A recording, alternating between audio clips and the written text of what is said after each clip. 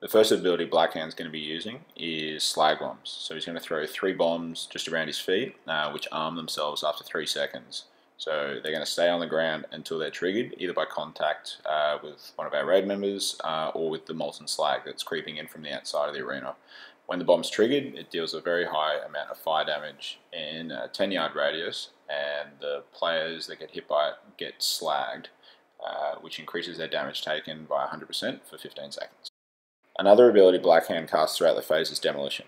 When he casts Demolition, debris will fall from the roof around the entire raid arena.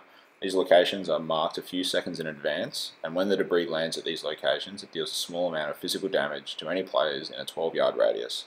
With the damage being lower, the further away you are from the impact point.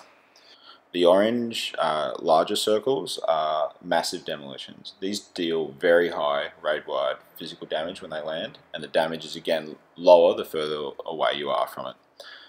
The large demolitions also leave behind a pile of debris where they land. These will be used in another ability during the same phase. During this phase, we will have a healing cooldown rotation in place, and also be using Aspect of the Fox from the Hunters to ensure that we can continue casting while moving. During this phase, everybody needs to do a good job avoiding all the debris. There's a lot of it, and the raid will be taking an extreme amount of damage during this time. Towards the end of the phase, when there's less space in the room because of the molten slag creeping in from the outside, we're going to have a much harder time avoiding the debris. So this is why we want to get through this phase with only 2 demolition phases. Mark for Death is an ability that Blackhand will use regularly throughout the phase. He marks a random raid member, and 5 seconds later he casts Impaling Throw at that player. When marked, the player's movement speed is increased by 30%. Handling Mark for Death is quite straightforward. If you get targeted by this ability, you have 5 seconds to move behind a debris pile.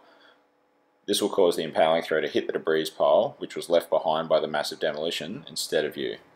If you get hit by an Impaling Throw, you're going to take a 90k physical damage hit, and then be applied with a dot that's going to hit you every 3 seconds over 30 seconds for 50k. So you don't want that to happen. The final ability the Blackhand's going to be doing in this phase is Shattering Smash. Now this is an ability that the tanks need to worry about during this phase. He targets a 5-yard radius in front of him, and after a few seconds he deals a massive amount of physical damage split between all players in that radius, and if you get hit by Shattering Smash, you're knocked back a great distance. The threat is cleared and they are stunned for 3 seconds, so the tanks need to switch. After successfully navigating these abilities, once we push Blackhand's health down to 70, he will smash open the floor and we will fall to the lower level where phase 2 will begin. Stay tuned for the full phase 1. 5, 4, 3, 2, 1. I will hang your broken bodies from the gates of this foundry.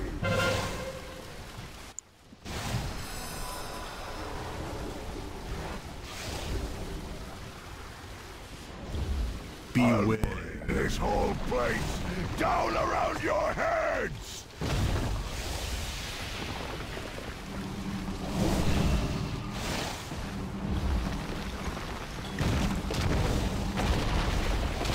Five, 4, 3. Bombs, move 'em, bombs, move.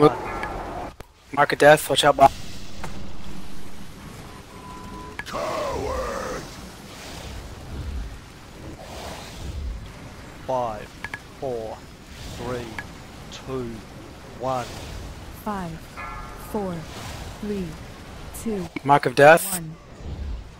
You hide like bombs. beware. 5, Place apart if I have to. Next rotation demo. 1. 5, 4, 3, 2, 1. Get out here and fight. 5, 4, 3, 2, 1.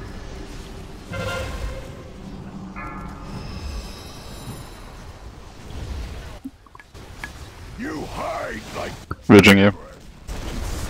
Oh, I did Icebound Fortitude. 5, 4, 3, 2, 1. Good transition, get horror.